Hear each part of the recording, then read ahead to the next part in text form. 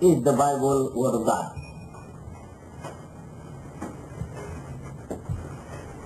The Muslim standpoint is very clear, and I'd like to point it out in the very beginning,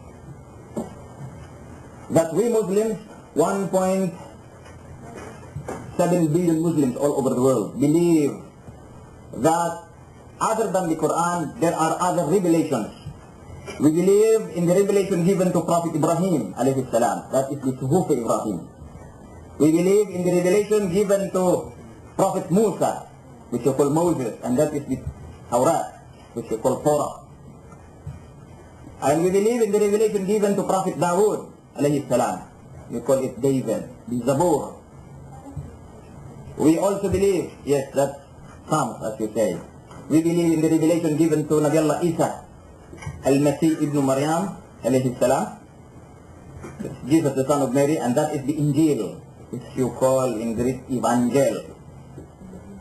The last of all the revelations, which has incorporated all the books, the previous revelations of the past, is the Quran. And we Muslims believe that the Quran is the last authentic, veritable word of the Almighty. And this is the Quran. There is no other book in the world which could claim that it had stayed in its Christian purity. There is no other book that would claim that. It is only the Quran. Because until now we have the original manuscript. That is how authentic is the Quran. Now our subject is about the Bible. We have ways on how to determine whether it is really Word of God or not. Of course, we are in both in different terms. So we have different point of views as regards to how do we determine, how do we look at each of these books, whether we consider it to be the veritable Word of God, whether we consider it to be really authentic or not. Now, if we examine the Bible as it is, if we study from the book of Genesis up to the Revelation, there are about 66 books in the Protestant Bible, and there are more than 70 in the Catholic version. We find that if we will try to scrutinize, we see that before the Bible came into our hand, it has passed several renditions, several translations, a translation from a translation of a translation from a translation. In other words, if we will try to see the most ancient manuscript, which is a copy from the original manuscript, the conclusion would be that we do not have the original manuscript. Now, secondly, we look at the different versions of the Bible. In this, we see that there are a lot of versions in the Bible. And these versions differ from each other. I'd like to give you a good example. We do not question who did the canonizing of the book, because the Reims version of the Douay version has more than 70 books, while the authorized version, which is the King James version, has only 66. I do not know who tampered. Muslims will be questioning our brethren, both the Catholics and the Protestant, and I do not want to mingle with them in that differences. We look at it from this point of view and we see the differences among themselves. The Jehovah's Witnesses, they have their own book, which is the New World Translation. We see that all, if you will read this and compare it with the other versions of the Bible, you will see that it differs from all the rest of the versions. Now, when we say Word of God, what do we mean by that?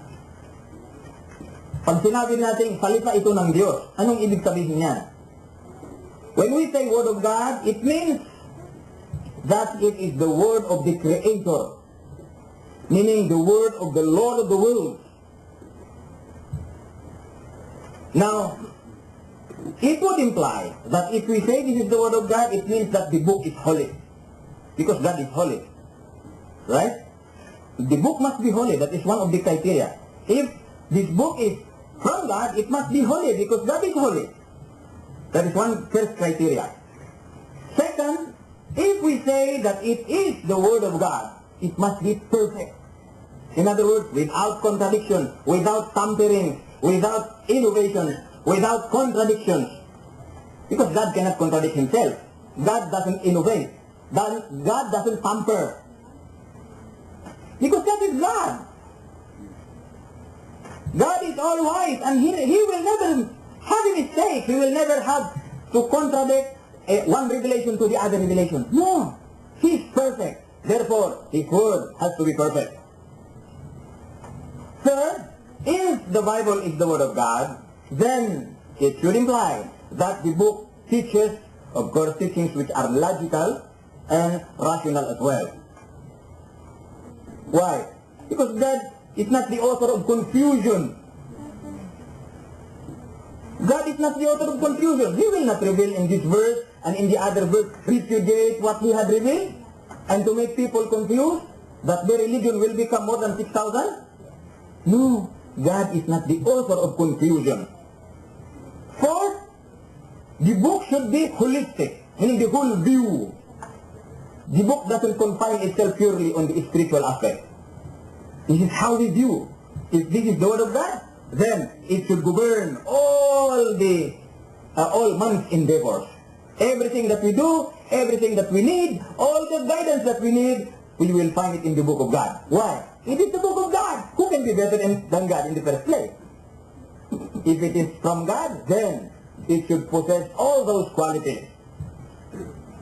Fifth, if it is from God, then it should be a book which is a guidance that could perpetually guide human beings from the day it was revealed until the day of resurrection. Why? Because God, of course, we understand that God is from the beginning without beginning and to the end without the end. He's everlasting. So His word, from the day it was revealed until the day of resurrection, it will remain a perpetual guide.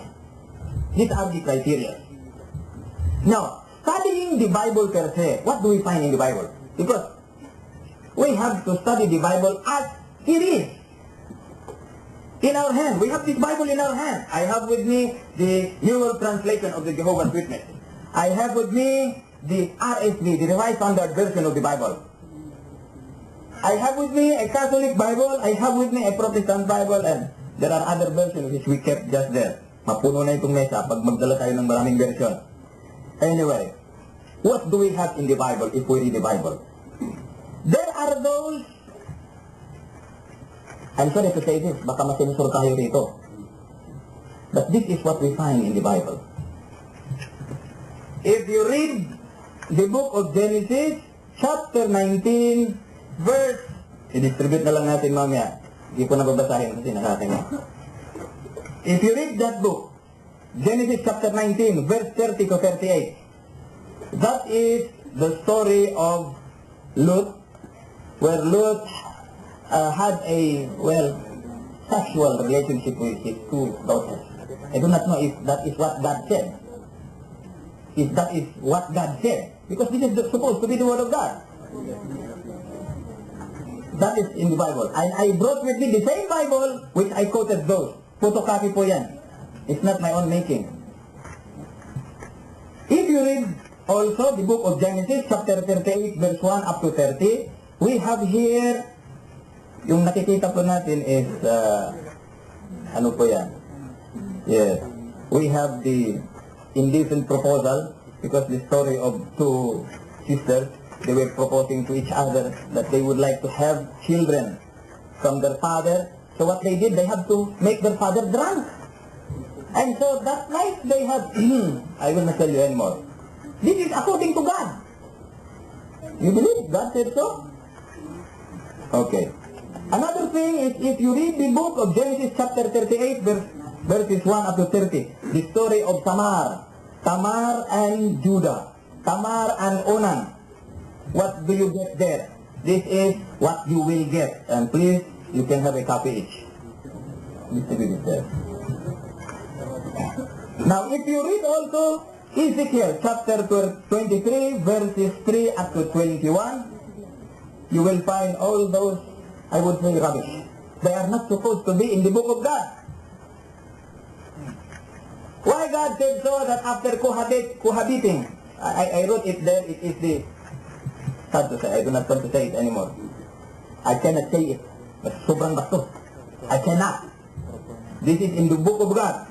I cannot say it. I have no guts to say it. Not only that, if we will try to go on and read, we find so many contradictions, we find so many inconsistencies, there are tamperings, there are manipulation, and so forth and so on. One of which is, we have presented to you the genealogy of Jesus. See this? This is what we have presented last time. This is not only a contradiction. You know why? According to the book of Matthew chapter 1 verses 6 up to 16, Jesus descended from David through Solomon, and he mentioned 27 generations in all. But Luke says, no. Jesus descended from David through Nathan. Who is not Nathan? The brother of Solomon. And he mentioned 42 generations in all. Yung isa, 27 lang. Itong sa kanya, 42. And he named names. And in the end of that, what is similar here is only Joseph, the last generation, and then Jesus. But I'm asking you, my brothers, my sisters, brothers and sisters, who is the father of Jesus?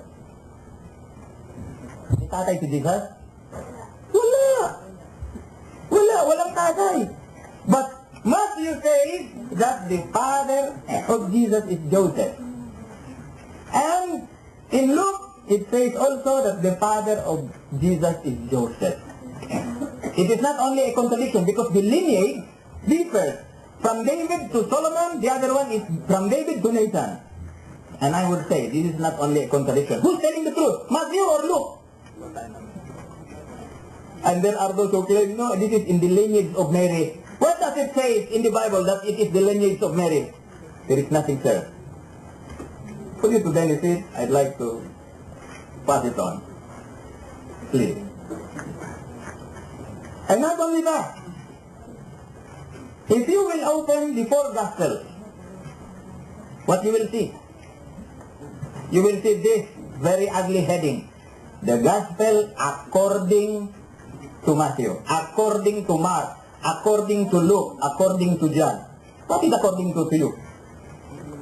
You know what does it mean when you say according to? If you have a sworn statement, you bring it in the court, and you say, Mr. Najib Rasul killed Mr. So-and-so according to Mr. So-and-so. What will happen? The judge will get that sworn statement of yours and throw that out of the court. And not even 1 minute plus. Why? It is hearsay. Hearsay. Why according to? In any court of law, in any civilized country, when you have a sworn statement like this, it will never be accepted in court. In any court of law, kahit saan ka pa pumunta, hindi tatanggapin. And not only that, in the book of 2 Kings chapter 19 verses 1 up to 37, we find the same record was repeated in the book of Isaiah chapter 37 verses 1 up to 37, and we call it plagiarism. Why? Because either Ezekiel or the 2 Kings plagiarized it. You know what is plagiarism? If you write a book, you're the author of the book, and somebody will copy it in toto, word for word. What will happen? He will file a case against you of plagiarism. Because you plagiarized his book. Who plagiarized?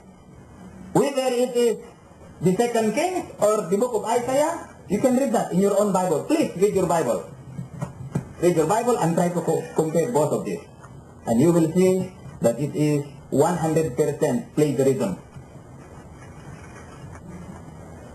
Sometimes we ask our brothers, we say, who wrote the Pentateuch?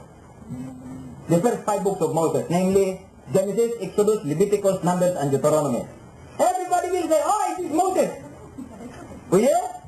Moses wrote the book? Really? We see in the book of Deuteronomy, chapter 34, verses 5 up to 7, we read, So Moses, the servant of the Lord, died there in the land of Moab. Who died? Moses. According to the word of the Lord. And he, which is he? The Lord, buried him in the valley in the land of Moab, opposite Beth-peor. But no man knows the place of his burial to this day. Moses was 120 years old when he died. His eyes was not dim, nor his natural forces abated. Kung sabi niyo, si Moses ang nagsulat. Bakit sinabi ni Moses pagdating ng Deuteronomy chapter 34, and Moses died, at si Moses ay namatay? Moses is supposed to be dead. How can he write this? Is it possible for him to write kung patay na siya? No.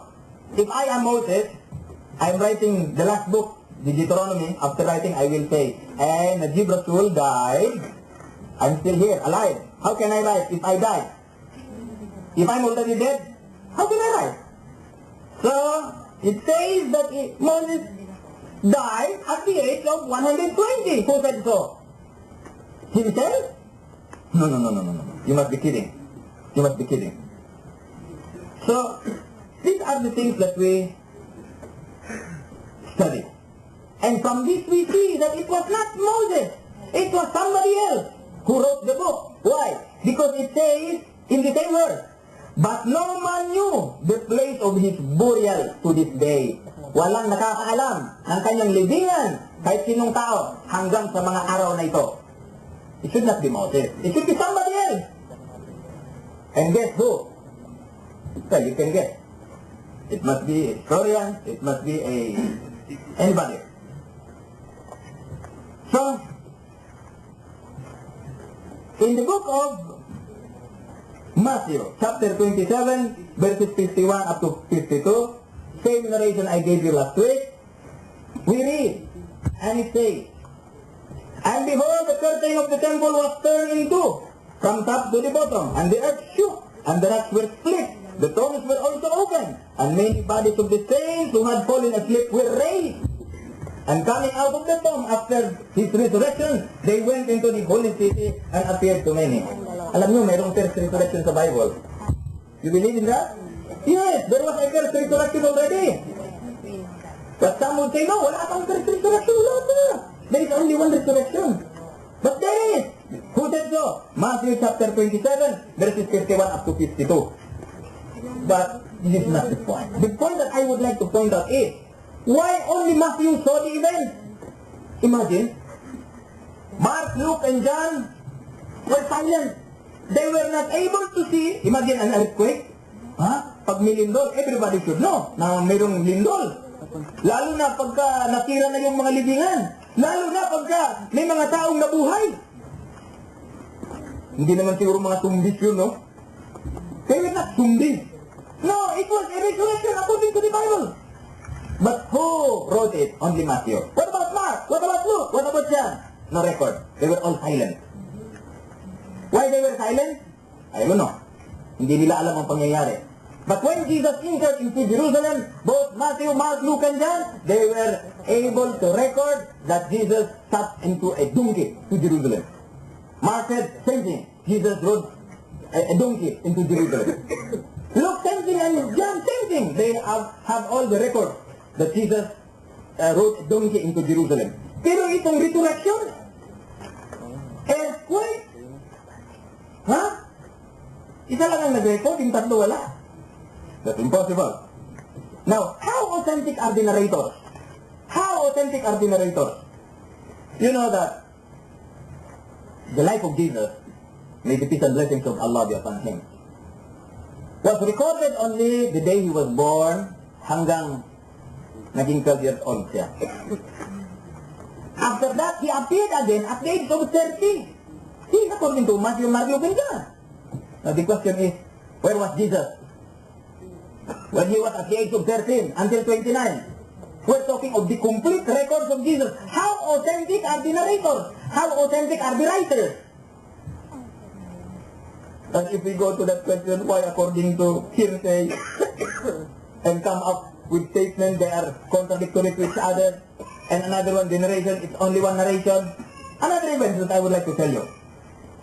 In the book of Luke chapter 22 verses 41 and 42, we read, and it says, he walked away, perhaps a stone's throw. In some narrations, it says, Jesus went into a distance of a stone's throw. That stone's throw is about 50 to, kung malakas ang bumato, siguro 30, 40, 50 meters, aabutin yan. And knelt down and prayed this prayer. Jesus, he went into a distance of a stone throw, and then he knelt down to pray. And he said, Father, if you are willing, please, take away this cup of horror from me. But I want your will, and not mine. Then an angel from heaven appeared and strengthened him. For he was in agony in spirit, that he broke into sweat of blood, with great drops falling to the ground, as he prayed more and more earnestly. Who wrote this? Luke. Where was Luke during this event? Nakita kunyari ni Luke si Jesus walking into a distance of a stone throw. No, wala pa namang miracle noon. Paano niya nakita? That's in the middle of the night. Luke was walking kuno. And then Luke kuno kneel down and pray. How did he saw Jesus? How did Luke saw Jesus walking in a distance of a stone throw? How did he know that he kneeled down? How did he hear the prayer? How did he saw the angel? That the angel came down to strengthen him, to strengthen Jesus. And how did Luke saw the sweat of Jesus, that according to him, as if it were drops of blood falling to the ground? My God, he must be very near. Si Luke must be only 1 meter away. Pero kahit na 1 meter nga, pagka walang ilaw, hindi mo rin makikita yung pawis na parang dugo. Ha? How could he saw the angel? Oh, fantastic. Oh, the angel coming down, strengthening Jesus. Where was Luke during this very event? Is he an eyewitness? Was he there, close? That's a big question that we have to ask. How authentic are the narrators? Not only that, in the book of John chapter 21 verse 25, there is this fantastic claim. Is this the word of God? We say, but there are also many other things which Jesus did. Were every one of them to be written, I suppose that the world itself could not contain the book that would be written. Wow, fantastic. Imagine, pag isusulat daw ang life ni Jesus, kahit ang buong mundo, hindi daw magkasya sa libro. This is a fantastic claim. Ang Pilipinas lang, kargahan mo ng libro. Ilang tonelada kaya, ilang milyong tonelada ang pwede mong ikargang libro. Yun lang sa life niya. No? Bakit hindi kumpleto nga ang life story niya sa 4 gospel narrations? Mag-claim pa ng ganito. This is fantastic. Fantastic.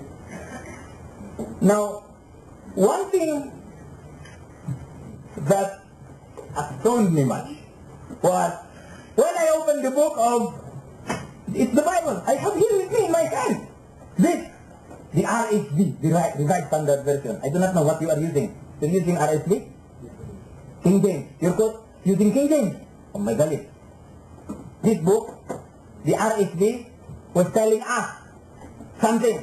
He said in the preface, I have here, you can open the book if you want. I had a photocopy. The King James Version was with good reason termed the noblest monument of English prose. Its revisers in 1881 expressed admiration for its simplicity, its dignity, its power, its happy turn of expression. Wow, terrible. But the ugly thing follows. And it says, yes, the King James Version has great defects. And that these defects are so many and so serious as to call for a revision. Sinong nagsabi? Who said so? RSV. Who translated the RSV?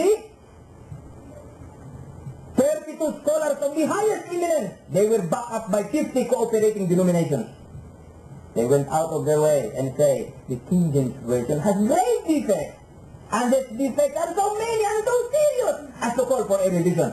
So they have to revise it. You want it? Please. Pass it on.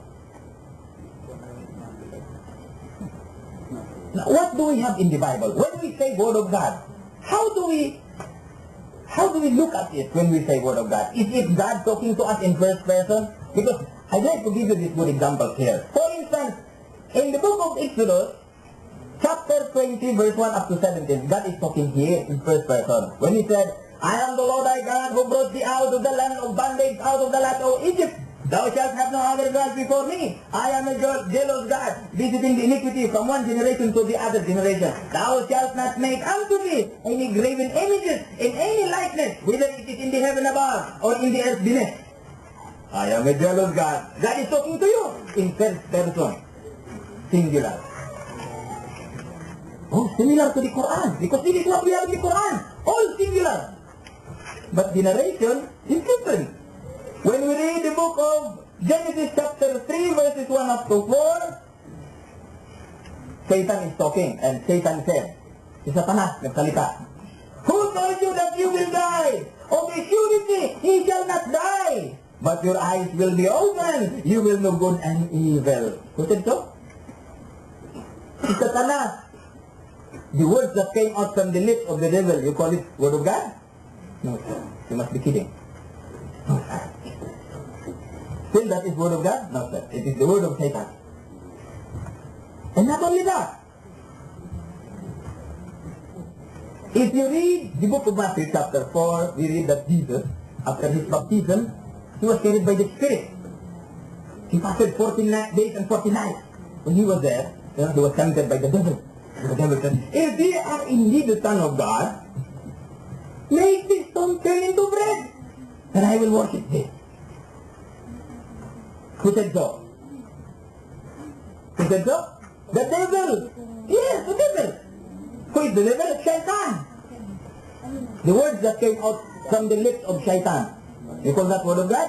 No, sir. I think we have to classify in the Bible which are words of God and which are those who are not words of God. For instance, if we read the book of 2 Kings, chapter 5, verse 11, we have the words of the leper. You know Naaman? Naaman, you know?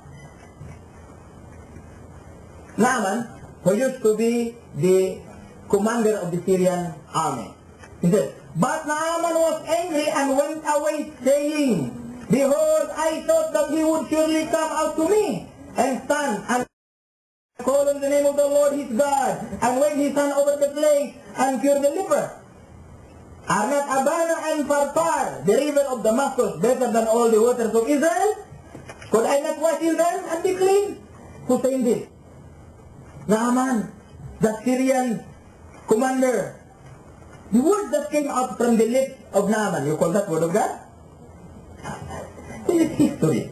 Somebody was narrating the event, what Moses did, what Moses said, what the Israelites said to Moses. It's like a dialogue. You know, somebody was narrating the event. And who said so? That is the Word of God. That you have to understand. What else? We have the words of Goliath in the book of 1 Samuel, chapter 17, verse 8 and 9.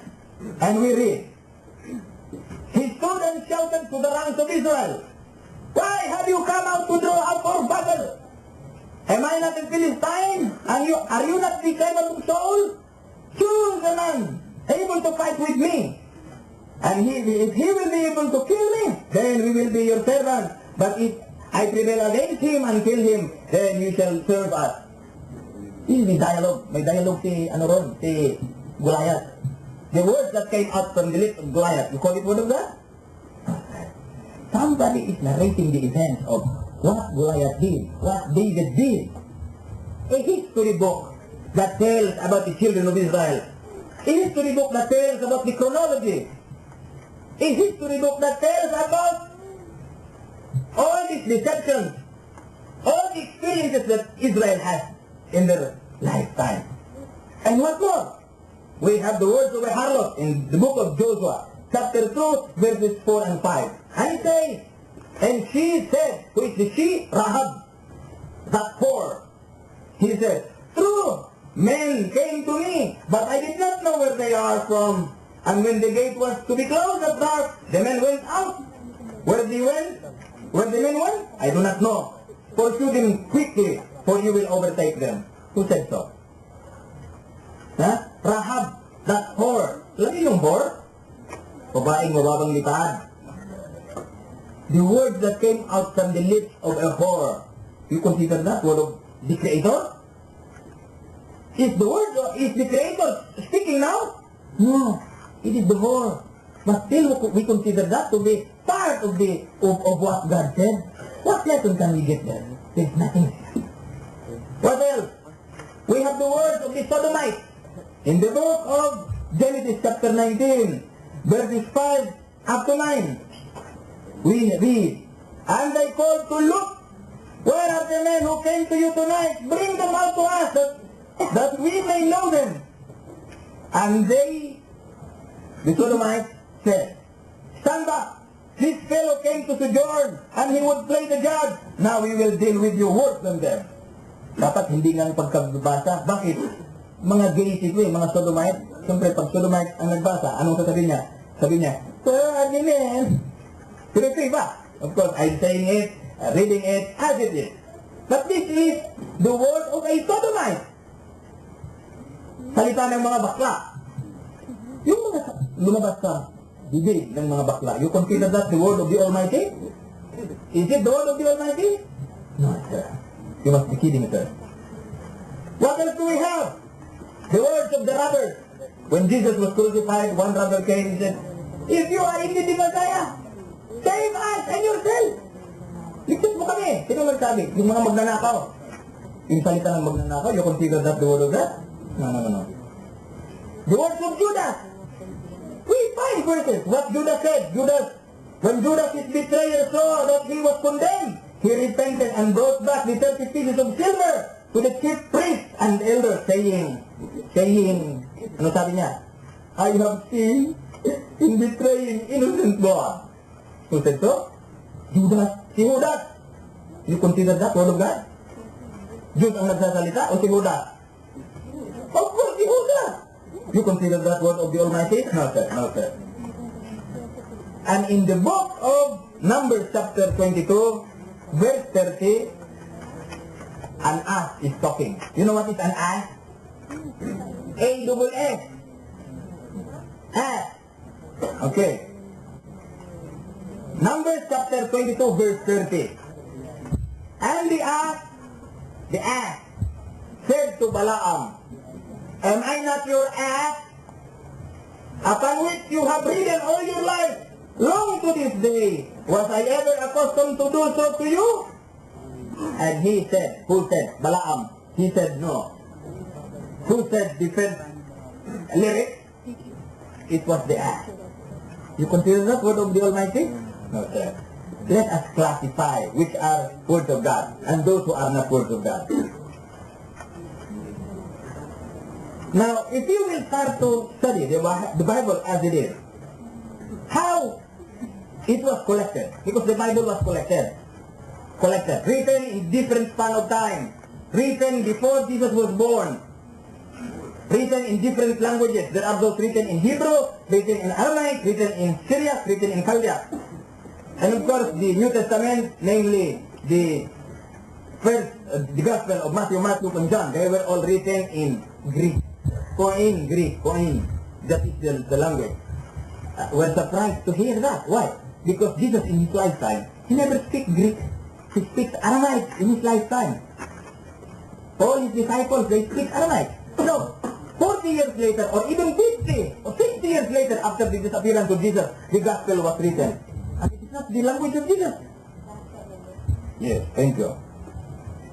Why not Aramaic? Why Greek? Now, the last time, I have presented a point where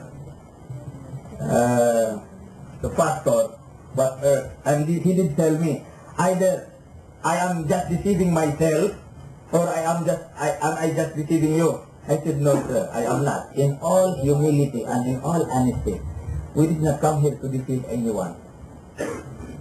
Why? Because I said, the book of John, chapter 1, verses 1 up to 18, that is not originally a verse. That is a prologue, an introduction. And he kept on commenting with the verdict that, am I just deceiving you or deceiving myself? Now I have come and to have an evidence. I have photocopied it. You see prologue, chapter 1, and all which we have marked in orange, it will tell you how it was collected. Why I say that the first verse 1 up to 18 were not originally heard. It is just an introduction by a writer. But when the numbering took place, nabigyan ng number. Ngayon verse na. Please, pass it on. And we say, the writings of Paul. Huh? The writings of Paul is, of course, we believe. And we know that the writings of Paul were written very much ahead than the four Gospels. Why? Because Paul, he was with them after the disciples, after Jesus left. The disciples were still there, and Paul joined them. Barnabas accommodated him. But when there were disputes already regarding the belief, there was that confusion. Now, I say the writings of Paul were not even inspired. Why? Because if you read these verses that he wrote, for instance, I'll give you one example. In the book of Romans chapter 3, verse 7 and 8, Paul said, but if through my falsehood, meaning lie, pagsisinungaling, God's truthfulness abounds to His glory, why am I still being condemned as a sinner? And why not do evil that good may come? What is he trying to say? Allahu Akbar. He considered this word of the Almighty? No. These are writings of Paul. And he said in some other verses, 2 Corinthians chapter 11 verse 1, he said, I wish you could bear with me in a little foolishness. Consider that word of God? Paul said so. I'll give you the copy. And word in 2 Corinthians chapter 11 verse 8, he said, I rob, nagnanakaw, other churches by accepting support from them. Ninakawan daw niya yung ibang timbahan sa pagtanggap ng mga suporta galing sa kanila in order to support you. Kahit na nagnanakaw ka sa kanila, di bali, sinusuportahan ko naman kayo. Kaya nang ibig niyang sabihin, you consider that word of God? No, Alhamdulillah. Astaghfirullah. May Allah forgive us. There are plenty. A lot of this I have printed here. You can have it. You can scrutinize it if you want. Now, if it is the word of God, it has to be logical and rational. And since we found that it is in fact very confusing, why I say confusing? What proof have I that it is confusing? We have to understand God is not the author of confusion, right? But what happened? The sect and denomination of our Christian brother now, according to Brother Bishop Ted Bacani, it's more than 60,000 sect and denomination. Dito lang sa atin, it's more than 600. Yung na-register lang sa sect, Securities and Exchange Commission. Is that not confusing? We interpret the Bible according to our interpretation. Of course, maybe we will have good grounds why we interpret it in such a way. But this is not the point. The point is it has confused people. Since God is not the author of confusion, and when we read, we are confused. We started organizing religion, another religion, hanggang dumami ang mga religion natin. Not the word of God. I would say so. From what we have seen. What else?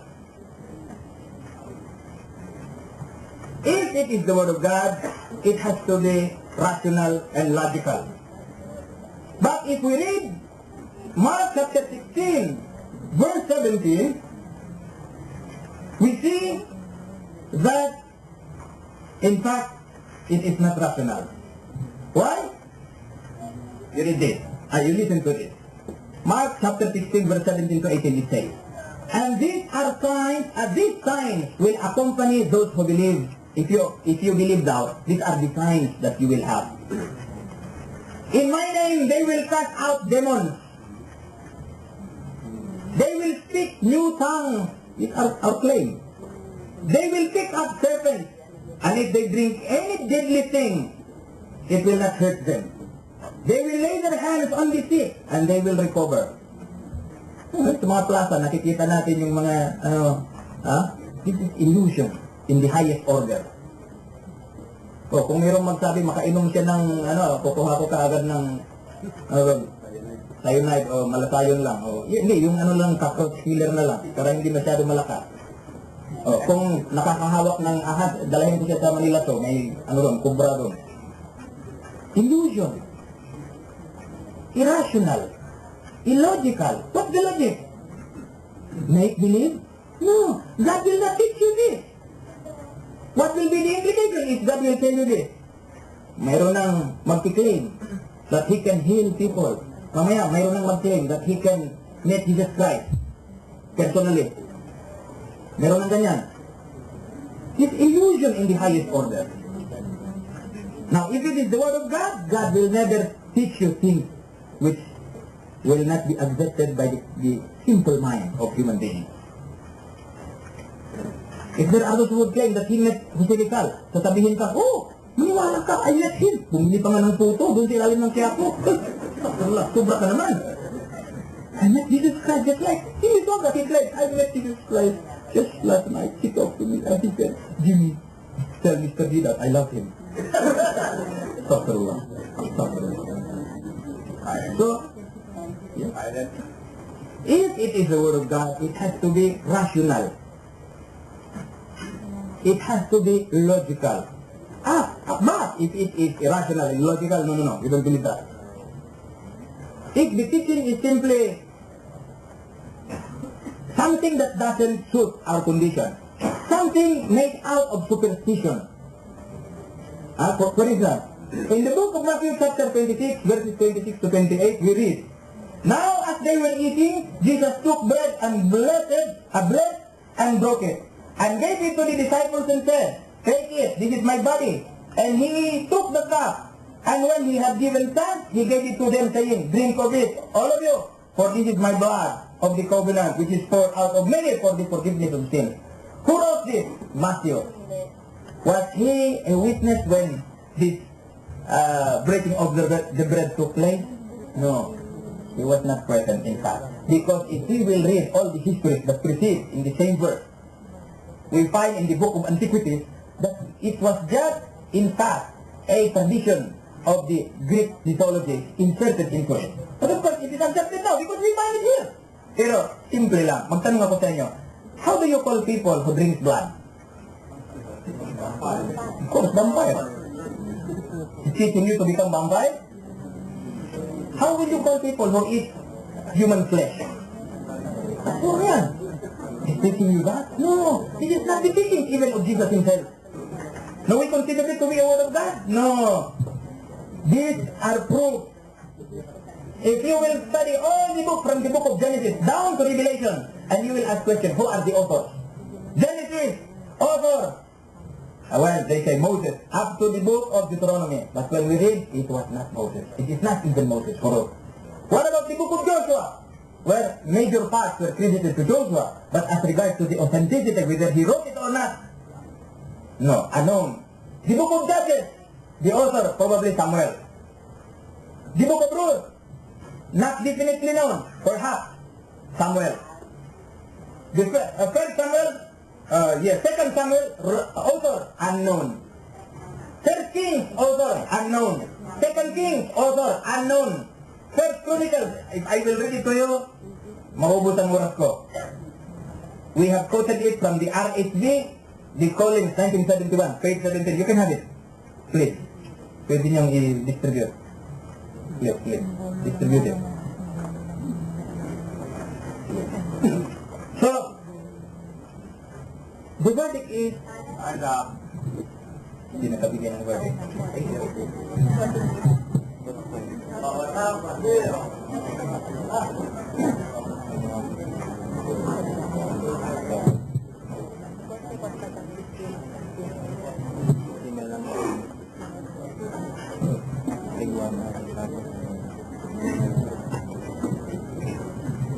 verdict is, according to the presenter of Islam, the Bible is not the Word of God. Thank you. That's according to the presenter of Islam. Thank you. Now, I would like to read the statement of our official position regarding the Bible as the written Word of God. And maybe next time we can distribute this to the general public for formal and more permanent reference. Then I will tackle some of the issues that have been raised. Let me read this to you. On the Bible as the written Word of God. Regarding the Bible, the Trinitarian All for Jesus Ecclesia of the Lord God, Incorporated, that's our church, contains, among so many other arguments, the following. 1. The 66 volumes or books constituting the Hebrew Judeo-Christian canonical Holy Scriptures or writings, all of which being commonly known as the Bible, is the written Word of God in the sense that it is the testimony of, meaning from, on, in, through, with, to, and for Jesus. And that Jesus is Yehoshua or Yahweh, the Lord, the Almighty God, who is salvation, Shua, the Christ. Revelation chapter 1, verses 1 to 2, verse 9, John chapter 5, verses 5, verses 39 to 40, chapter 20, verse 31, Luke chapter 24, verses 24 to 47, etc. And this testimony of Jesus is also the revelation of Christ, Jesus, who is the all-defining, all-conditionalizing, and all-explaining key personal figure of everyone and of all in all of reality. 2. But the entire Bible is primarily, mainly, and totally about Christ Jesus, the Almighty Lord God, the Son, who is graciously, truthfully, and righteously always functioning as all in all, even in his incarnation and perfect manhood. And this Jesus Christ, as the all-defining, all-conditionalizing, and all-explaining key personal figure of all reality, is the overall topic or theme, object, and contention of the entire Bible.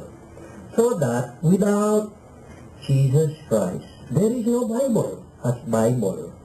For the entire Bible as Bible, especially the message, veracity, and the all-prevailing vindication of its overall contention depends on the Lord Jesus Christ, whose personal self-revelation is historically, definitely, and crucially verifiable juridically, existentially, and eschatologically. Thus, the many different particular but complementary and or subsidiary and or so-called controversial topics or subjects or issues or considerations of the Bible are already explicitly or implicitly biblically explained by all the truth of, that is, of, from, on, in, through, with, to, and for the Lord Jesus Christ. And thirdly, so the entire Bible stands only from, on, in, through, with, to, and for Jesus, Yehoshua. That is, Jesus is Yahweh Shua, Yehoshua in Hebrew.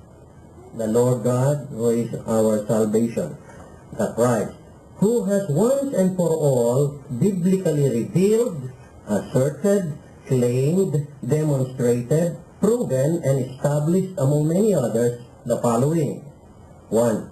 That Jesus Christ is the I Am, the singular, personal, and directly self-revealing, self-identifying, self-claiming, self-proving, self-demonstrating, and self-asserting absolute and infinitely present being, even before Abraham existed, John 8:58.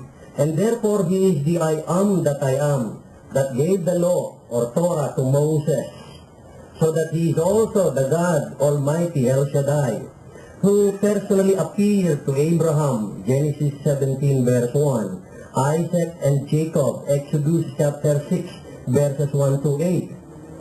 Jesus, Yehoshua, is the Lord God, Yahweh Elohim, who formed the body of Adam from the dust of the ground, breathed into its nostrils, made Adam a living soul, and instituted the only one husband to only one wife marriage state for humankind.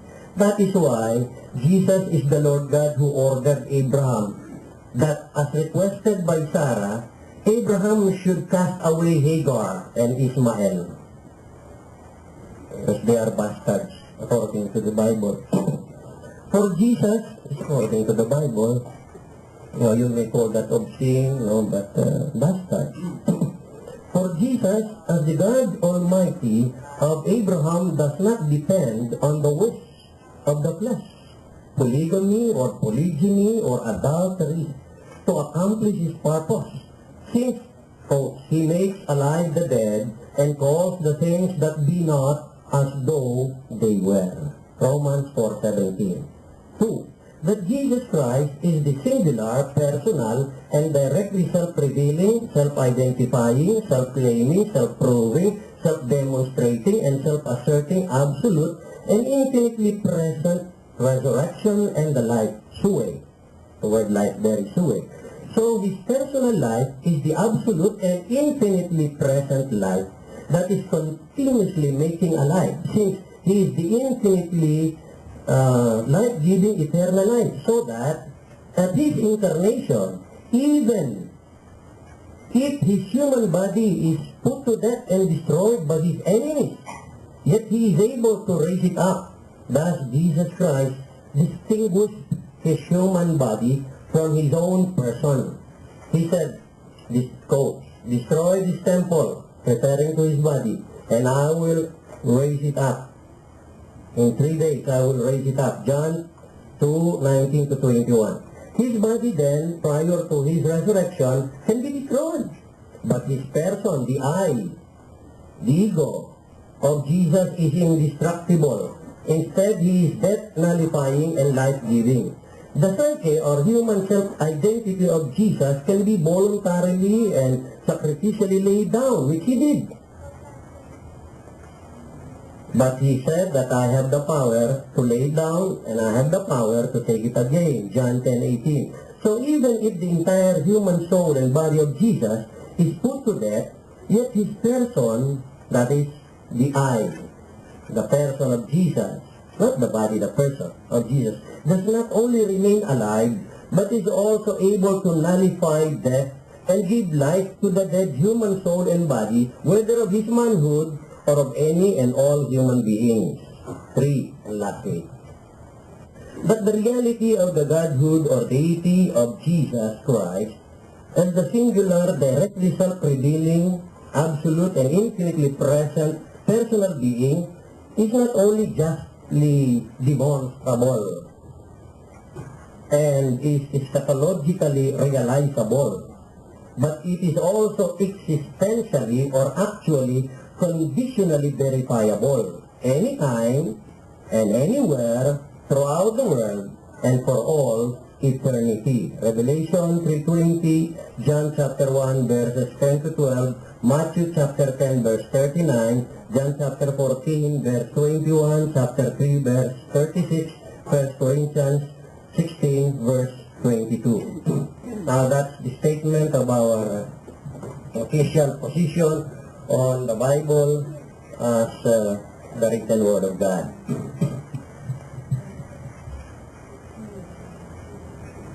Nung kami ay nasa UP, meron kaming textbook sa history. If my memory serves me right, ang textbook sa history namin regarding the Philippines, the history of the Philippines by Gregorio F. Saide. Buti alam niyo, ano? The History of the Philippines by Gregorio F. Saide. So, from the so-called prehistoric times dito sa Pilipinas hanggang sa so-called historic times, no? I-dinipict, i-present mistake doon sa kanyang libro. No? Yung mga sinasabi ng mga Kastila, sinasabi doon sa kanyang libro. Yung ugali ng mga pre-Hispanic inhabitants of these 7,100 islands, sinasabi doon, no? Sinasabi doon. Yung mga salita ng mga Kastila, inuulat doon, sinasabi doon, no? Sinabi rin doon, nagbakbakan sila Pulapo, saka si Magellan. No, may bakbakan po, no? Sinasabi din doon yung lahat ng mga pang-aapi, pati yung panghihipit ng mga Kastila, yung mga panggagahasa ng mga Kastila, sinasabi doon. No? Yung ginawa rin ng mga Hapon na paglapastangan sa kabuhayan ng Pilipinas, sa mga mamamayan, sa mga babae, sinasabi lahat doon. No? At yung iba't ibang mga pangulo at kung ano-ano yung mga plataforma ng iba't ibang mga pangulo buhat sa panahon ng Commonwealth, sinasabi lahat doon. Pero, paano yun? Mga kaugalian ng mga pre-Hispanic peoples in the country, statements, proclamations of Governor General, no? Spanish Governor General. Yun natin, no? Pati yung mga ginawa ng mga Hapon, panggagahasa ng mga babae, lahat yun, no? Pero nakalagay, History of the Philippines by the Japanese, by the Spaniards, Ay, di Amerika? Yung ano talaga? No? By Gregorio F. Saide. At lahat ng mga may pinag-aralan, tinatanggap yun. Ewan ko yung mga walang pinag-aralan. Na yun writing statement ni Gregorio F. Saide. Sabi, ano pala yung si Saide? Yung pala obscene dahil nire-record yung mga kalapastanganan ng mga Hapon yun. Obscene pala yung si Saide. Obscene, si Saide obscene dahil nire-record yun, pinasulat. Si Saide pala, sa bahay, mandirigma na mga aapi dahil pinakita kung paano pinagpapapatay ng mga Hapon, ng mga Pilipino. Yung in-record yung death march doon sa Bataan. Kasi bakit pala niyang si Saide? Pagka ginanon mo si Saide, wala kang pinag-aralan. Hindi kang marunong. Bakit mo sasabihin obscene si Saide dahil inirecord niya ron? Yung obscenities na ginawa ng mga Spaniards, yung ginawa ng mga Japanese, kahit pa yung mga obscenities na ginawa ng Americans, laban sa atin. Ano ba yan? Pornographic material yung niya. Dahil pinarecord niya yun. Mamamatay tao si Saide dahil inirecord niya yung mga pagpatay. Ganun ang ginagawa sa Bible nitong presenter ng Islam. Yun ang kanyang ginagawa sa Bible. So, he totally misunderstood the Bible. Hindi nila unawa at saka he mishandled the Bible. Sabi kung nagkakala yung mga Sodomites doon sa Sodo, ng Sodom, yung mga taga-Sodo, pinarecord ng Panginoon. Eh bakit ano? Nagsisisi ng Panginoon at pinarecord, tingnan mo. Ano ginawa ng Panginoon doon? Kinabagsakan ng apoy at asupre. Na lumang pinatuburo. Hindi sinabi ng presenter ng Islam na pinarasahan ang mga bakla. Tingnan po, itong ginagawa ng presenter of Islam, distorted eh. Distorted eh. Dahil, magbibigay ng isang apparently contradictory, ang daming mga binanggit dito. Apparently contradictory mga events or statements or claims sa Bible. Hindi bibigay yung yung counter-explanation doon. Ayan ba justice ba yan? Walang justice doon sa text. Kung paano walang justice ang Islam at saka ang Quran sa mga babae? Itong mga babae, ang takda ng Panginoon, ewan ko kung inaangkin ng Islam na yung Diyos ni Abraham at saka ni Isaac at ni Jacob, siya rin Diyos ni Ismael at saka ni Hagar. Inaangkin ba ninyo? Ewan ko. That's the burden of the proof is yours. Pero dahil, kung yung Diyos ni Abraham, ni Isaac at saka ni Jacob, yun din ang Diyos ni Hagar at saka ni Ismael. Pinalaya. Sabi ni Sarah, palayasan ko si Hagar at saka si Ismael. Sabi ni Abraham, sabi ng Panginoon, sundin mo si Sarah, palayasan ng lupuayan. So, away. Bakit ganun? Kung yun ang Diyos ninyo, di pinalayas kayo. Kung ang Islam ay galing kay Hagar at kay Ismael, kung lang naman, baka kayo magalit sa akin, pag-isa ninyo ako ng Granada. Kayo, sinasabi ko lang naman, kung lang naman. Okay, hindi.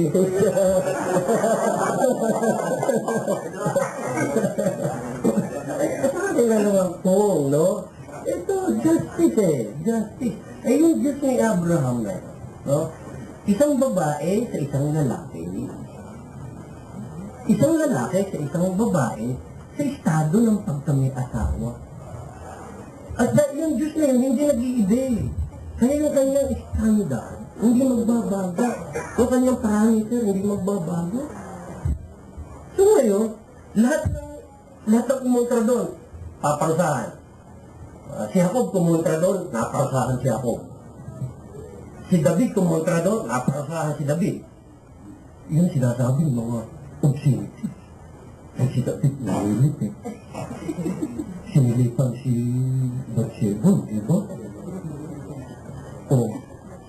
Ngayon, dahil ipinatala ng Panginoon na nanilig si David. Yung bagyo, pinapatala yung pananilig. Kaya pinatala yung pananilig para makita pag kinaninilig, papang sa ang Panginoon.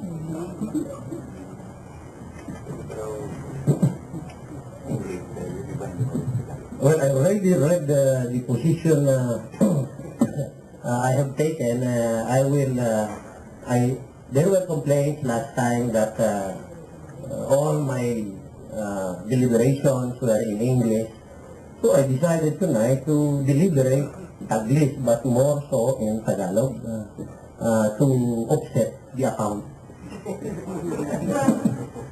So to speak. Anyway, we'll try our best from time to time to express this. One of the charges against the Bible is that it is portions of it are pornographic, obscene, and everything was left dangling on that claim without pointing out the countermeasure. For incest, for pornography, that the Lord judges and punishes, the Lord God of the Bible is an absolutely just and righteous and holy God who judges all the sins of people. That's the point there. Now, mawawalan ako ng generalizations lang itong akin. Yung sinasabi, ang dami kang itong Bible ang daming mga contradiction sa mga Well, ganito yan merong mga original manuscripts or other manuscripts in the original languages. And there are so many copies of them. And based on those copies, you can arrive at a standard text. And then, this standard text can be translated into different versions. Now, why blame the Bible if it has so many copies? No, it's not that we blame. In fact, that is part of the proof or evidences that God wanted to preserve this book with so many thousands of copies. Now, of course, there are variant readings. But the variant readings can be compared to the point where you can establish the standard text. And once the standard text is established, then there are different translations. But the point here is the presenter of Islam, the advocate of Islam, was criticizing the translations unjustly, not giving the two sides of the coin, so to speak, on any issue. Say for instance, the so-called contradictions, no? What do you mean by logical and rational? Now, when the Quran was given to Muhammad, who gave it to Muhammad? Your Allah? You say yes. Other writers will say, he gave it to Muhammad through the angel Gabriel. Will you agree? So that is a direct communication already. That is now the word of the angel Gabriel. Is it? But it was an angel Gabriel who mediated it to Muhammad. Now, how can it be a direct revelation of God to Muhammad? What do you mean by direct revelation of God? Now, that's why, now, the entire Bible, you have to distinguish between the overall topic of the Bible. The overall topic of the Bible is the Lord Jesus Christ. Now, there are different aspects. There are particular topics. But all of the particular topics are either complementary to the overall topic, no? Or they are qualified by Jesus Christ, or if they are controversial, the controversy is to be resolved in the person of the Lord Jesus Christ. So, in any statement, to resolve any statement, now, wala na akong time dito meron ko sinabi dito, halimbawa itong tatlong sentences na ito. Ang sabi dyan, ako nakatira sa bahay doon sa 31A Rizal Avenue, Taytay Rizal. Pag ikaw pumasok sa aking bahay, hindi ka kasambahay namin, kakahol ang aking mga aso sa iyo. Pag kumakahol lang ang aking aso ng 3 minuto, lalabas ako buhat sa akin sila, titingnan ko sino yung intruder. Yan statement ko lahat. Eh, obra mong question niya, sabi mo, hindi ako naniniwala dyan, hindi totoo yan, yun. Either you say, I agree with you, hindi. Because you are the authority. Laro ka sa bahay mo or you assert it. Kasi hindi ako naniniwala sa iyo. So, you negate it. Hindi ko pinaniniwala ang lahat yan. But mere assertion or negation does not settle the issue. Kaya obra mo, misinterpret ng lahat yun Again, that is a misinterpretation. But assertion, negation, distortion, or misinterpretation cannot settle the issue. There is another consideration, the consideration of verification. So, if you want to really find out if I am telling the truth or if I am insane, no? You have to go to 31A Rizal Avenue, Taytay Rizal, enter into that house and see what happens. And then when my Rottweilers and my Doberman and my German Shepherd start to bark for 3 minutes already, I'm sure I will be coming out. Because somebody might be being eaten by dogs, so I'll come out. You try. Hey, you try. That is my address. So you can agree with me, Sergeant. You can disagree with me, Jason. You can misinterpret me, but that does not leave the issue. Settle. If you want to determine whether I'm a liar or I am insane, then you have to verify. You have to do the act of verification yourself. Now, the same is the case with all the statements of the Lord Jesus Christ in the Bible. And the Bible as all the truth of the Lord Jesus Christ. No? Well, all the truth of the Lord Jesus Christ. In all the truth, that is the testimony of Jesus. Every true testimony presents the pros and cons of all issues. It presents the wicked life as against the godly life. It presents the insane life as against the rational life. So it presents the way of the righteous as against the way of the wicked. All of that. So that is the nature of right testimony. That's why the entire Bible has the overall truth. So it covers all aspects of the issue of truth. Now, what is some aspect of it? Oh, it's obscene, it's pornographic. You did not mention that the Lord judged and punished those obscene and pornographically indulging people. Why did you not mention that? You are very unjust.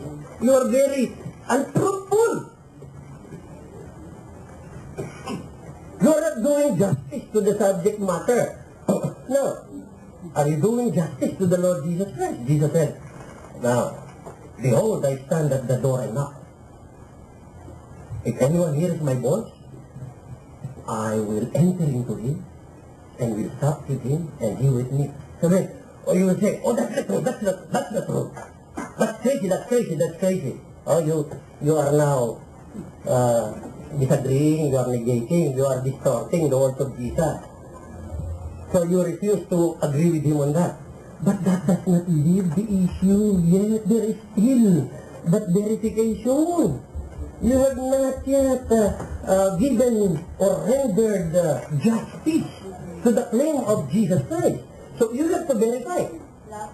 And so when you verify, then will you find out whether Jesus Christ is crazy or he is telling the truth. And if he is telling the truth, and this is verifiable wherever you are, at any time, throughout the world.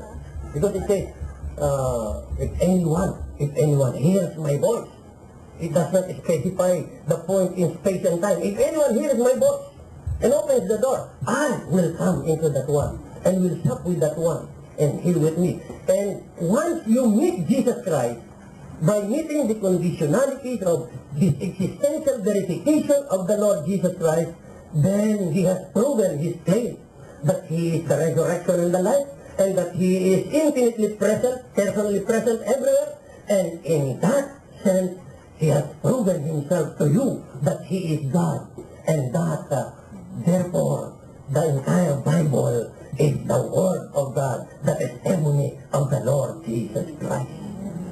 I'll give the rest to the moderator. How many minutes, sir? How many? 45 seconds. All right, let me see. I think I have more than covered all the items here, no? By way of generalization. Well, Jesus Christ prayed, Jesus Christ suffered, etc., he sweat blood, etc. Well, nagkatawang tao nga eh. He took the form of man. And he functioned as a man to redeem the world. That's why. That's the very point of his incarnation. Now, how did Luke and the other writers, especially Luke, Paano niya nalaman na gano'n? Ito na naman, revelation, di marunong hindi. Ang Diyos kahit hindi pa nangyayari, alam na eh. Kaya may re-reveal niya.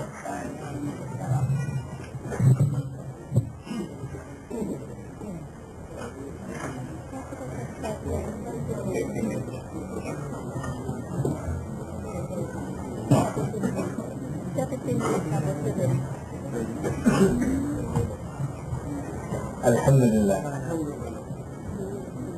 My partner is a very good sophistic jargon.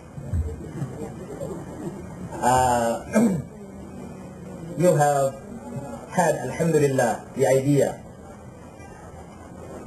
as regards to this presentation. In the first place, we have no intention to derail even your way of thinking that the Bible is such. What we have presented in front of the audience are documents to substantiate the same thing. And I stick to the subject. The subject is the Bible the Word of God? That is the question. When we talk of the life of Jesus, we talk of things which are irrelevant to the subject. That's irrelevant. We're talking of the Bible per se. What do we find in the Bible? What is there in the Bible? Because we're examining the Bible as it is. If indeed it is the veritable Word of God. So we have questioned the authenticity. How authentic is your book? You claim to be the Word of God. So we examine. Because when we say Word of God, it implies that it is the Word of the Creator. It is the Word of the Lord of the world. Can you understand that? That is very simple in it. When you say Word of God, pag sinabi natin salita ng Diyos, ibig sabihin, salita po yan ng naglalang ng mundo. Diba? Who is that, by the way? Because the Creator of the world. And if we say that Jesus revealed himself to Abraham, no. You cannot prove that. That Jesus revealed himself to Abraham, that Jesus revealed himself to Jacob, that he revealed himself to Moses. No, you cannot prove that. No Bible scholar would agree with that. Honestly speaking. When we say Word of God, it must be the Word of the Creator. Now, since the Creator is holy, since the Creator is all-wise, meaning if He is holy, He will not tell you something which will debate even you yourself the very moment you read the verses. For instance, you read about incest. Where is this incest in the Word of God? God says so? What lesson can you get in incest? Incest means, yung tatay, meron siyang, yung anak niya, asawa ng kanyang anak. Ha? When you commit sexual relationship with that daughter, your supposed daughter-in-law, yes, that is incest. You find that in the Bible. Whenever a father has having sexual relationship with both of his daughters, that is worse. And if you read pornography, if you read coitus interruptus in the Bible, what is that all about? What lesson can we get from this? That when we do it, you also have to do Astaghfirullah. Alhamdulillah. And you find it in the Word of God? God says so? No. My partner doesn't understand. When we say Word of God, it must be God talking himself. Like the Quran. I'll give you a good example of the Quran. Although it is not our subject. But when you read the Quran, everything in the Quran is first person singular. God is the one talking. If Allah will say it in the Quran, Bismillahirrahmanirrahim, Ya ayuhan nas, inna khalaqnakum min dhakarin wa untha, wa ja'alnakum syu'uban wa kaba'ila, lita'arafu, inna akramakum indallahi atqakum. Allah is saying to the entire human race, O ye mankind, we have but created you from one male and one female, and made you into tribes, into races, and into nations that you may know each other. Meaning God is talking to human beings directly, in first person singular. This is what we meant, that God is talking to us directly. Although the Quran is not our subject, I do not want to dwell in the Quran. We can discuss the Quran some other time. Now, let's confine ourselves to the subject. Is the Bible Word of God? What do we have in the Bible? So we start reading and we find not only those lewdness, not only those corruptions that we find, but contradictions. The writers very unreliable. Narrations that cannot even be accepted by the human mind. This is what we find. In other words, we scrutinize the Bible per se. The Bible that you are holding in your hand. We Muslims believe in the previous revelation. We believe in the revelation given to Abraham, to Moses, to David, to Jesus, and to all other prophets in the past. We believe. But the whole question is this the same book in our hand now? Is this the same Torah? Is this the same Zabur? Or the Suhuf Ibrahim? Or the Injil? Is this the same? The answer is no. It is not. Now when we go deeply and study from the book of Genesis up to the book of Revelation, even the author himself is questionable. Now we have presented this not as I have said, not to degrade any of our Christian brethren. No, that is not our intention. We are here in the spirit of inquiry. As a Muslim scholar, we have also studied your Bible and we have presented to you what we find in the Bible. Because if what we found in the Bible is the same as what we have, inshallah, we will join you. But it is different. We have divided the criteria that we have presented. It's far from what we have found inside. So this is the point. You may discuss on point. This is all about Jesus. No, we're not talking about Jesus. We're talking about the Bible. Kaya nga, our subject is the Bible, the Word of God. That's the subject. We're not talking about Jesus. We're not talking about Gregorius ideas. No, we're talking about the Bible. What does the Bible say? Does the Bible say? In the Bible, do we find that this Bible is the Word of God? Do we have that kind of verse? Where does it say in the Bible that this Bible is the Word of God? I'm telling you, the word Bible is not even in the Bible. You don't find that in the verses. You will find it, of course, outside the Bible. But read verses to verses, you will not find Bible. The Bible doesn't speak of itself as the Bible, as the revelation of God, as the revelation from on high. No!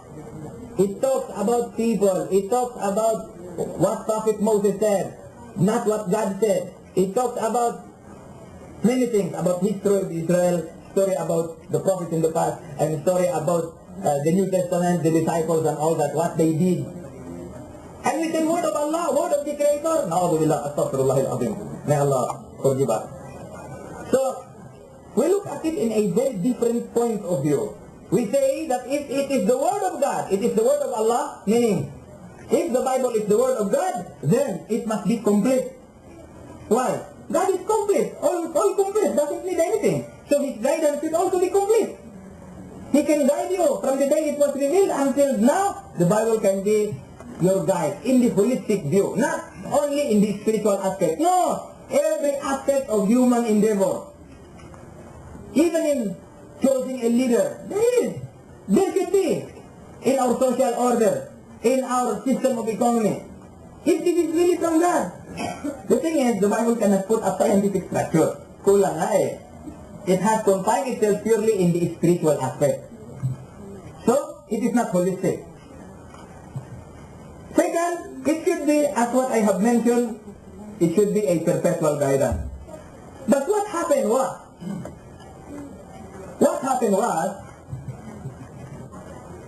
it has become the tool of disunity and confusion. Tell me if I'm wrong. How many religious sects and denominations do we have in Christendom?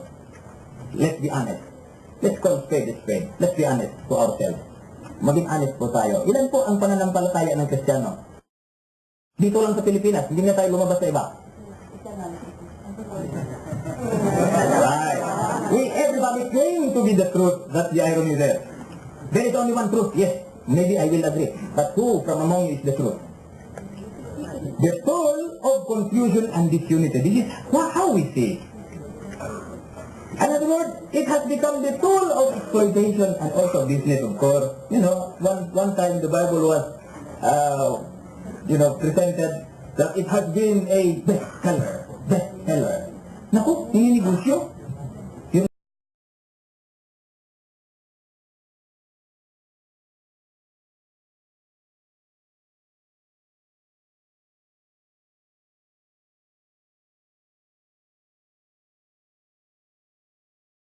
Woe to those who write the books in their own hand, and they say this is from Allah, when in fact it is not.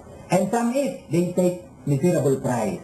You know, doing business with the word of Allah, with the word of God. You say this is the word of God. Yes, yes. You're doing business with it. Doing business with God? Maybe it's not the word of God. And of course, we have presented those which I have presented earlier, because this is now the verdict. Because of the unholy verses of incest, pornography, etc.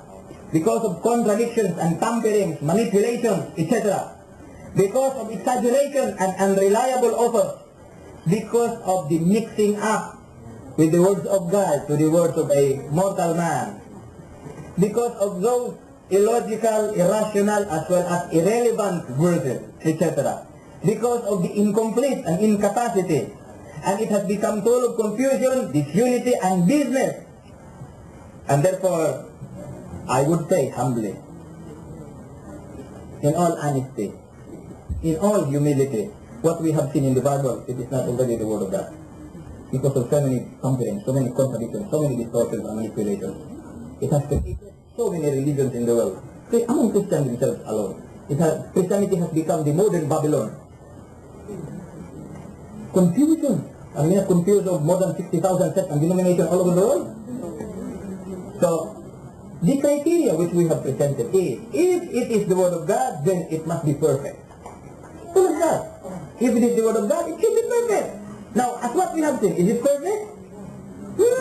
The fact that there are contradictions, manipulations, and tamperings, it shows that it is not perfect. Is it rational? God is taught to us intellect, for us to understand simple things. Now the Bible will tell us that if we believe we can take serpents, we can drink poison and all that, what's the rationality there? It's illusion in the highest order. Mamaya, meron nang magsabi, they're meeting Elias every day. And there are those who would claim also that they meet Jesus Christ. Pwede na rin tayo magtanong, ano bang suot ni Jesus Christ? How does he look like? What's the color? Matamos bang ilong? Ano ba? Naka-Amerikano ba siya? O nagparong-tangalong ba? And if it is the Word of God, there should be no myth and superstition. God never teaches superstition. Huh? What about the Bible? It is the Word of God. So we find only myth and superstition. Is it scientific? God is the author of all sciences. He is the all-knowing. He knows all knowledge from the beginning up to the end. Now we say this is the Word of God. And we say not only contradiction, manipulation, distortion, all these stories of lewdness, and we say the Word of God. No, may Allah forgive us. And one thing more, is it a living miracle? Yes. True revelation from God is infallible. Kung tunay na galing sa Diyos, infallible, yung hindi nagkakamali. Imagine, God will never commit a mistake. Mind you. Right? God is perfect. He's infallible. So His word should also be infallible. Hindi magkamali ang salita niya.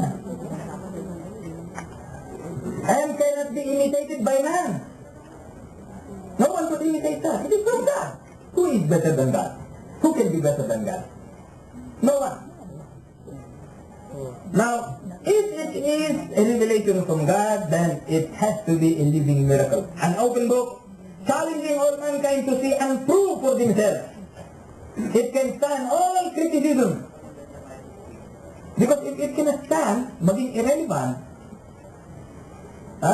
Maging irrelevant. Hindi po yan. So this is the verdict that we have arrived at. Because of all the tamperings that we have seen, the indecencies which we have mentioned, we say generally, it is not anymore the Word of God. Because of what we did. Naglalaro-laro kasi, iba-iba kayo ng translation. Mga Jehovah's Witness, they have their own rendition. Protestant, they have their own also. The King James Version. The Catholic, they have their own dry version. Mas marami pa sa libro, mas marami pa sa 66 sa inyo. Oh, you're playing with it. Kaya dumami ang mga pananampalataya. God is not the author of confusion. If it is from Him, then there will be only one religion. The fact that there are so many 60,000 sects and denominations, it means it has been confusing already. It is the modern confusion, the modern Babylon. So we say, it is not the word of God. So there are many things that I would like to tell you from this point of view, in the Islamic point of view. Again, I would like to repeat that our intention is not to derail anyone. Jazakallah, may Allah bless you all. Thank you. 30 minutes for Reverend Medina. Well, the advocate of Islam alleged that my words are sophistic jargon. Well, I don't know if you understand this expression. When you talk of sophist, you are talking of people, philosophers, usually, whose words do not have denotations, empty words, no? People speaking of empty words, no? Well, let's say it, my words are empty. There are several issues that must be addressed at this point regarding revelation, because the presenter of Islam said that, what do you mean by word of God? To him, the word of God is the word exactly spoken by God. Okay? Now, I will agree with that. Agree. So, is that sufficient now? Or is it substantial? The word exactly spoken by God. But the problem is not on God speaking, but the mechanics of its transmission. Well, anybody can claim to have heard from God. No? Oh, God spoke to me, Allah spoke to me, but actually Allah did not speak to the person. He was just having a seizure of epilepsy. So he thought all the while God is speaking to him, but actually he was having a seizure of delusion. Now, God is infinite. He can do anything. So the revelator is infinite. He's all powerful. He can do anything and everything. But the recipient of revelation are creatures. They are finite. So, even if God will speak to anyone using the ordinary language term speak, using that ordinary, God spoke to Muhammad, God spoke to Paul, etc. That, from the point of view of God, God can do anything to effect that, to transmit that. But the recipient, whether Muhammad or Paul, no, is any one of them is limited by space and time and by the state of their ears and the condition of their nervous system. You have to consider the sound waves impinging upon the eardrum and how the nervous system will interpret that. So you have to take all of that into consideration. Now, so what is God has spoken? But what is the mechanics of the communication of God? Now, all right, he spoke directly to Moses. If he spoke directly to Moses, then Moses, since God is all-knowing, whatever God will tell Moses, Moses will not just have to write it down. Even the things that will happen millions of years afterwards, God can show that to Moses. Because God knows everything, from the beginning to the end. If he wanted to reveal to Moses what will happen, no, at the end, when it was still in the beginning of that course of life for Moses, God can do that because God is all-knowing, all-powerful. God can do that. So if God revealed to Moses exactly how he will die, what will happen at his death, then Moses can write it down in advance. In advance. In fact, that's the meaning of prophecy. God can write it down, and Moses can write it down in advance. So, you have to consider the mechanics of the revelation. The one revealing can reveal anything, not only throughout space and time, from the beginning of the world to the end of the world, but throughout eternity. God can tell us, any one of us, anything He wanted to make, to let us know, not only throughout the world, from the beginning of the world to the end of the world, but also for all eternity. He can tell us that I will destroy the sinful world, I will build a new world wherein dwelleth righteousness. It has not yet happened, but He has already revealed it to us. You see, from that standpoint, it's okay. But from the standpoint of the recipient of the communication, certain mechanisms, there must be certain parameters to determine whether the revelation is really of God or not. So, you have first the mechanics of revelation. Secondly, you have the content of revelation. Whether it's God or angel or human being is revealing anything, there are at least three things. No. When you speak, whether God speaks or angel speaks or human being speaks, you have a claim. A claim. The claim may be a truth claim or a claim negating certain statements, and then a certain conditionality. So, when God speaks, He speaks by asserting the truth and negating falsehood or whatever is contradictory to the truth. And stating conditionality. So these are the three items, subject of content of God's speaking or revelation. Assertion of the truth, negation of falsehood or whatever is contrary or contradictory to the truth, and the statement of conditionality on certain issues.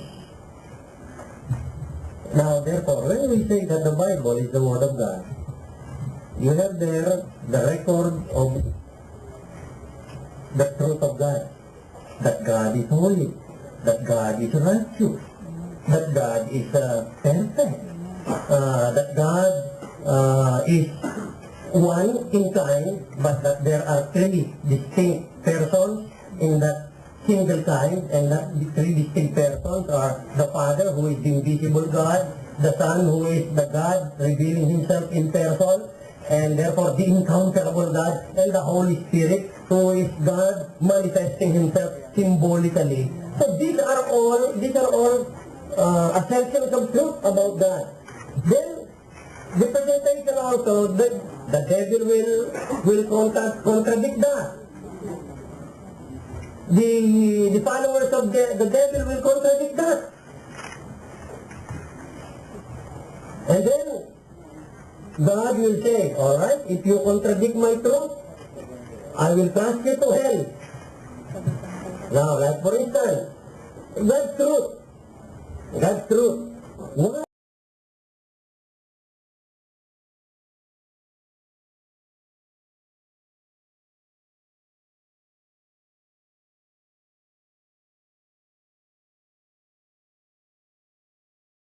From that, you will suffer here on earth. I will punish you here on earth. You are an adulterer, or you are entering in a state of relationship against my original pattern or plan. I will cast you into the lake of fire. So there you are. God has spoken. He has already expressed, declared his truth. At the same time, he was presenting the contrary position. No? And then he is stating the conditionalities. If you agree with me, you have eternal life with me. That's Jesus stating that. If you disagree with me, no, you will suffer miserably, not only on earth, but in eternity and the lake of fire. So that is God is speaking. You have the person of God directly manifesting himself as the Lord Jesus Christ.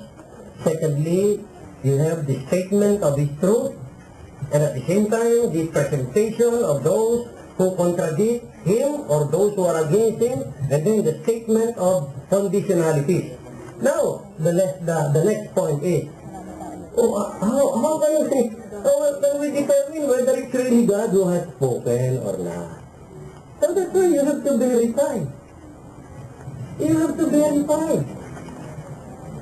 Now, when you verify, is it really true? Is it really evident that it's social justice to have 4 wives? Is it really true? Huh? You ladies, huh? You agree, ladies? You agree, ladies? How many of the ladies agree that it is just for one man to have 4 women as wives? Will you raise your right hand? Ladies, come on, don't be ashamed, okay? Okay. So, are you married and are there 4 of you? Do you enjoy it? No, we are talking of substantiality. We are not talking of sufism. We are talking of the substance, the content of what we are talking about. That's why I don't know whether you read the issue of sophistication. So we go down to earth. What do you mean by justice? Is your Allah, is your Quran just? I contend that your so-called Allah and your Quran are unjust. Not only in that issue. I'm sorry, I forgot to bring Ali Musin writing about Let the Bible Speak. Because, you see, a speaker for Islam said, when God is talking to us, He is talking to us in the first person singular. Now, I have read the Quran, but a long time ago, 1970, and I'm not reading it anymore. But I read Ali Musin's Let the Bible Speak. I forgot it. Next time I'll bring it, no? Because there, I think in the Quran 4, 157 something, I cannot recall, God was speaking, proving that what the spokesperson for Islam is talking about is not true. Because he said, when God speaks, He speaks to us in the first person singular. I read in that book or booklet, quoting Allah from the Quran, one of the surah, if I got it right, no? And Allah was speaking, we,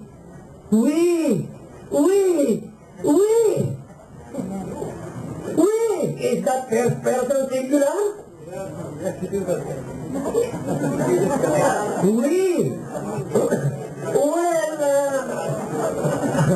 We don't know about the Arabs, but we know English.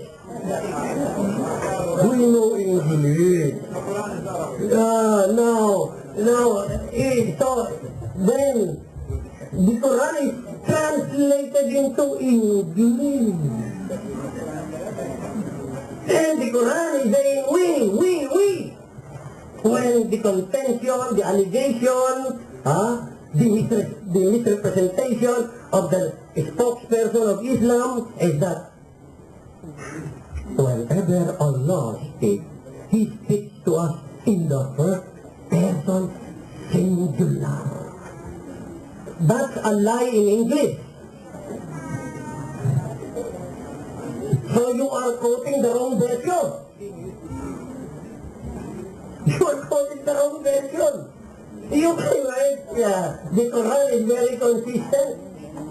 It is the revelation of God. God spoke directly. Now what is the parameter that will determine what is the Word of God and what is not the Word of God? When you have such a double standard of justice in handling a literary work, for that matter. So there is another lie. Is this sophistication or falsehood? It's a lie. I'm not angry, please. I'm just emphasizing. I might have a heart attack, you know. Please don't throw grenade at me. I welcome you all as friends, no. When I am carried away by the subject matter, you know, I become so, you know, passionate in my statement. So please bear with me. Bear with me. So, you have to consider the verification, not just the mechanics of the revelation or the contents of the revelation. You have to take into account the verification. How can you verify it? Now, I am not invoking miracles.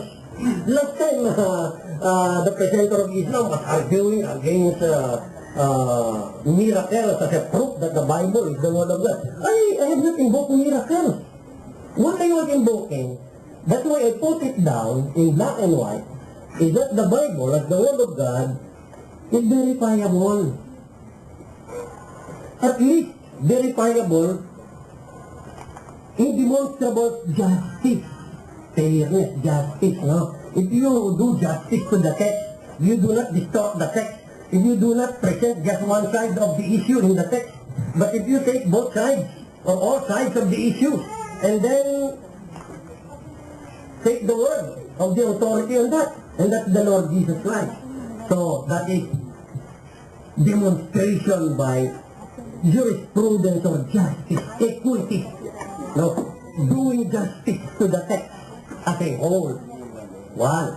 Secondly, there is the existential verification. And since, now to prove that the overall subject matter of the Bible is Jesus Christ, you remove Jesus Christ from the Bible. Immediately, by reduction ad absurdum, if our presenter in Islam knows reduction ad absurdum has been invoked to logic or true, no? By reduction ad absurdum, by reduction to nullity, if we deduct Jesus Christ from the New Testament, nothing will be left of the New Testament. If you remove the New Testament as a complement to the Old Testament, there is no fulfillment for the Old Testament.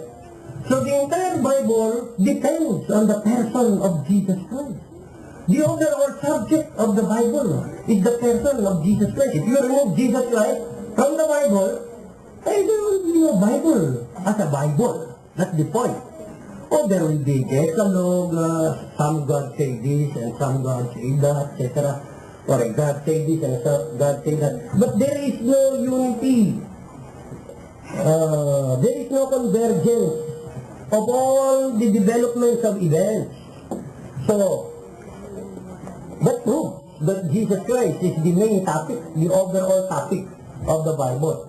Therefore, if you want to disprove the Bible, all you have to do is to disprove all the statements of Jesus Christ in the Bible. But you say, oh, these are all hearsay.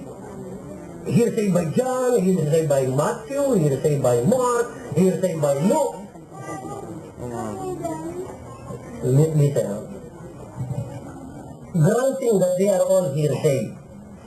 Granting that they are all hearsay.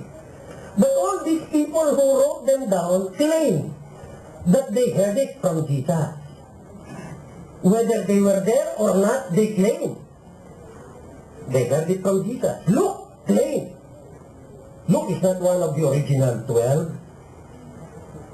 No, he was a latter disciple. But in his writings, he reported the details of the passion, the death, and the resurrection of the manhood of God the Son incarnate, the Lord Jesus Christ. So, you will say, oh, they were not there. How will they know? Well, if God is all-powerful, even if you are not there, God can reveal it to you. That's logical. That's very logical. Why? If you are talking of logic, no?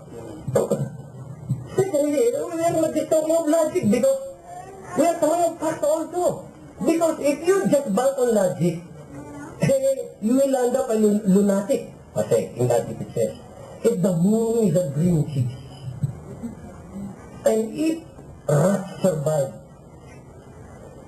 on cheese, therefore rats will survive on the moon. That is logic. That is logic. Anyone who studied logic, that's my forte. Sorry to say that. That's my forte in UP. That's my major in UP.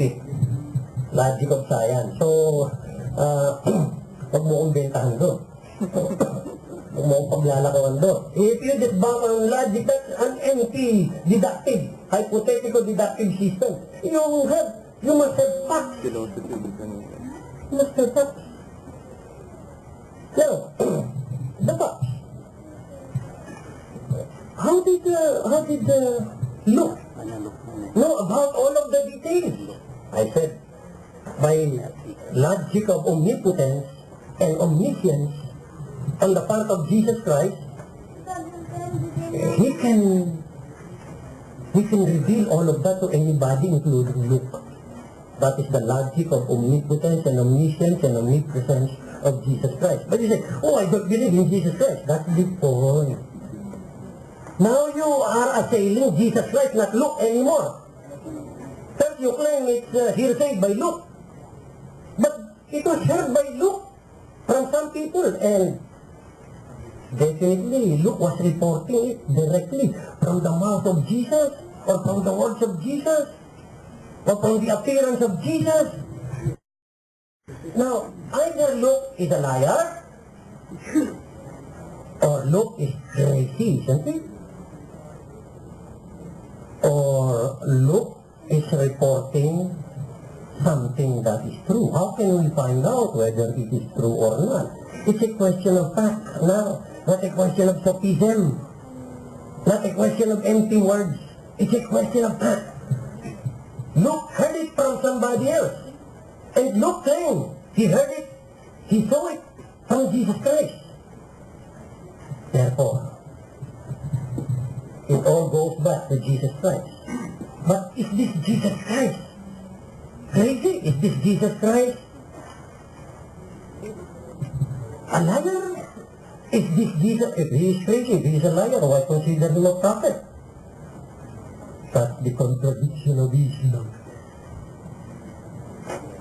That's the contradiction of Islam. If he is a prophet, one of the prophets of God, then you cannot accuse him of lying.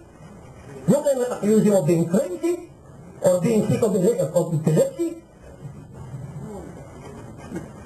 He does not have any epileptic issue like some other people claiming to have received words from God. No. So either Jesus Christ is crazy, or he is telling a lie, or he is true. But how can you find out whether he is true or not? There you are, you have not only the juridical or demonstration in terms of justice, jurisprudence, but existential verification. Therefore, you verify the veracity of Jesus Christ right on his very words reported as his words by those people. To disprove those people and to disprove Jesus Christ himself. That is existential verification. So Jesus said, behold, I stand at the door and knock. If anyone hears my voice and opens the door, I will come to him. Oh, I don't believe that. That's the trouble with you. You started claiming that you are in a spirit of inquiry. Now you have already prejudged the issue. You have not yet verified existentially. You have already prejudged the issue. Where is justice in Islam? You will immediately say, whatever Jesus claims, it must be false. If he claims it's the resurrection in the life, it must be false. Then why call him a prophet of God? If all of these claims are false. Contradiction of Islam. Injustice of Islam against the person of the Lord Jesus Christ. No. So the controversy is not between me and the two person, no? No. It's very guapo, you know. It's now Islam against Jesus Christ. The issue is bigger than the two of us. It's Islam against Jesus Christ. Is Islam telling the truth? The claims of Jesus Christ are not true. That when Jesus Christ said, I am the resurrection and the life. It is not true. But if you hear my voice and open your life, your heart to me, I will enter into your life. That is false. Well, you can say it's false. You can say it's crazy. But those are mere words. You have not yet done justice. Sorry. You have not yet done justice to the existential verification. Now there is another mode of verification, and that is the psychological verification. Once I had a debate with some professors in UT to prove that Jesus Christ, to prove that there is God and that God is Jesus Christ, to prove that there is God and that God is encounterable in person and that God is Jesus Christ. So,